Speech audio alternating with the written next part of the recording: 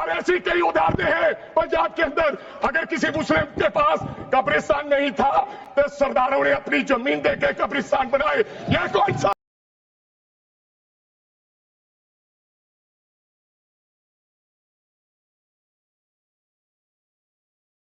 मोहतरम नाज़रीन and viewers, अस्सलाम वालेकुम वरहमतुल्लाहि वबरकातुहू। आज हम अपने इस वीडियो में एक बहुचर्चित विषय वक्फ अमेंडमेंट बिल 2025 यानी वक्फ संशोधन बिल 2025 पर बात करेंगे। ये इस वक्त एक चर्चा का विषय बना हुआ है। पहले हम ये जानने की कोशिश करेंगे कि वक्फ बोर्ड है क्या। वक्फ बोर्ड मुसलमानों की ज़मीनों जायदाद जो वक्फ की गई हैं, जो वक्फ के नाम की गई हैं, उनका संरक्षण करता है और इसी ज़मीन की बिना पर लाखों गरीब भारतीयों की रोज़ी रोटी चलती है। कुछ लोग इसमें रिहाइश पजीर हैं, कुछ लोग इसकी ज़मीनों जायदाद पर खेती बाड़ी करके अपनी रोज़ी रोटी चलाते हैं।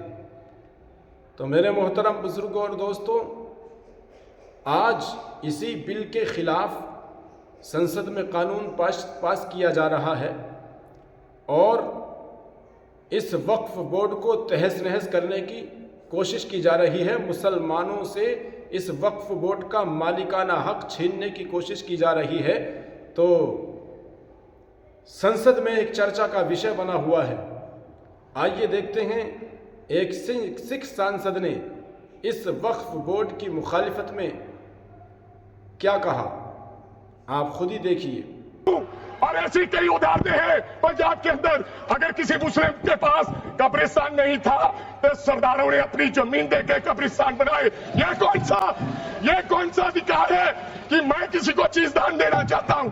और इसको कौन बताएगा? रिजू साहब ये बताएंगे कि ये प्रैक्टिसिंग मुस्लिम है या नहीं है। ये सरासर अन्याय है।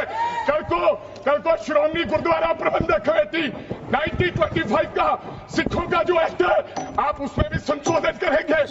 आप जानबूझकर इनको अपनी लात के नीचे से दबाना चाहते हो, इनकी छाती पर चढ़ना चाहते हो, जानबूझ के मुसलमान को मारना चाहते हो, जानबूझ के इस देश में मिनॉरिटीज को खत्म करना चाहते हो। अगर वक्फ बोर्ड नहीं छीनोगे, अगर जमीनें नहीं छीनोगे, तब तक मुसलमान आपके सामने झुकने वाला नहीं है।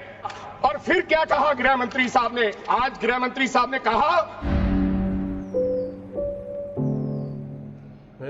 मैं ज्यादा रेपुटेशन ना करते हुए सीधा बिल का विरोध करने के लिए खड़ा हुआ हूं। मैंने आज देश के गृह मंत्री का अच्छे तरीके से भाषण सुना और उन्होंने बार बार एक ही बात को, 2-3 बातों को ज्यादा जोर दिया। एक तो उन्होंने कहा कि विरोधी दल भ्रम फैला रहे हैं, मुसलमानों के बीच डर फैला रहे हैं। ये हमने फैलाया हुआ डर नहीं है। जब देश के मुसलमान को लगा कि देश में बीजेपी में 240 संसदों में एक भी मुसलमान सांसद नहीं है, हमारे लिए जगह नहीं है, तो वो डरने लगा। जब आपने कब्रिस्तान की बात की, आपने शमशान घाट की बात की, तो वो डरने लगा। जब गोधरा हुआ, जब मुजफ्फरनगर हुआ, जब दिल्ली हुआ, जब हरियाणा मेवात में दंगे हुए, तो देश का मुसलमान डरने लगा। और फिर क्या कहा गृह मंत्री साहब ने? आज गृह मंत्री साहब ने कहा कि 2013 का बिल अगर नहीं आता, यूपीए नहीं लेकर आती, तो आज इस बिल की जरूरत नहीं थी। क्यों बिल लाए? क्योंकि आपको पता चल गया कि देश का मुसलमान हमारा साथ नहीं दे रहा। हमने हथकंडे अपना लिए, हमने आरएसएस की नीति अपना ली, हमने डंडा अपना लिया, दंगे हो गए, लेकिन मुसलमान हमारे साथ आने के लिए तैयार नहीं है। फिर आपको पता चला, आपने एक और आंकड़ा दिया, आपने कहा 1913 से 2013 तक केवल 18 लाख मुसलमानों का जमीन था और 2013 से अब तक 21 लाख और हो गया, यानी कि 39 लाख टोटल जमीन हो गया। तो आपको किसी ने समझाया मुसलमान को अगर आपके बस में करना है, ये आरएसएस की नीति नहीं अपनाएगा जितनी देर आप इनकी सांस प्रणाली बंद नहीं करोगे। अगर वक्फ बोर्ड नहीं छीनोगे, अगर जमीनें नहीं छीनोगे, तब तक मुसलमान आपके सामने झुकने वाला नहीं है। जैसा आपने पंजाब में करने की कोशिश की, किसान झुका नहीं, पंजाब के लोग नहीं झुके, सिख नहीं झुके, तो आपने एमएसपी का झगड़ा आज तक डाला हुआ है कि किसान की सांस प्रणाली बंद कर दो तो पंजाब अपने आप झुक जाएगा। आर्थिक जब झुक जाएगा तो हमारी ईन मान लेगा और हमारे साथ आ जाएगा। आदरणीय सर, आपने बार बार कहा, आज गृह मंत्री साहब ने कहा गवर्नमेंट प्रॉपर्टी पर किसी का अधिकार नहीं है, पंचायत की जमीन कोई दान नहीं दे सकता है। मैं आपको इसके पीछे लोचा क्या है, इसके पीछे छुपा हुआ राज क्या है। 1947 में जब बंटवारा हुआ था, 47 से लेकर 1954 तक सारी प्रॉपर्टी गवर्नमेंट के नाम हो गई थी। उसके बाद 1954 में एक्ट बना तो वो एक्ट में सर्वे हुआ 1961 टू 1970। सर्वे किसने किया? कलेक्टर ने। अगर पंजाब की, हरियाणा की, हिमाचल की बात करूं तो डिविजनल कमिश्नर अंबाला बैठते थे, उन्होंने सर्वे किया, तहसीलदारों ने सर्वे किया, तो वक्फ बोर्ड को ये जमीन देने का काम किया। अब क्या हो गया? जैसे राहुल गांधी कर्नाटक में भाषण देते हैं, गुजरात में मुकदमा दर्ज होता है, सजा हो गई। गवर्नमेंट की प्रॉपर्टी तो 1947 और 1954 में तो सारी प्रॉपर्टीज गवर्नमेंट की थी।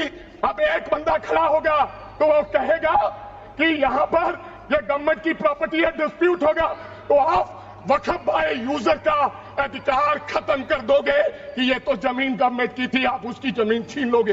फिर आपने कहा लिमिटेशन एक्ट की बात कर रहे हैं आप, और किसी धार्मिक स्थानों पर तो लिमिटेशन एक्ट लागू नहीं होता, इनके ऊपर क्यों?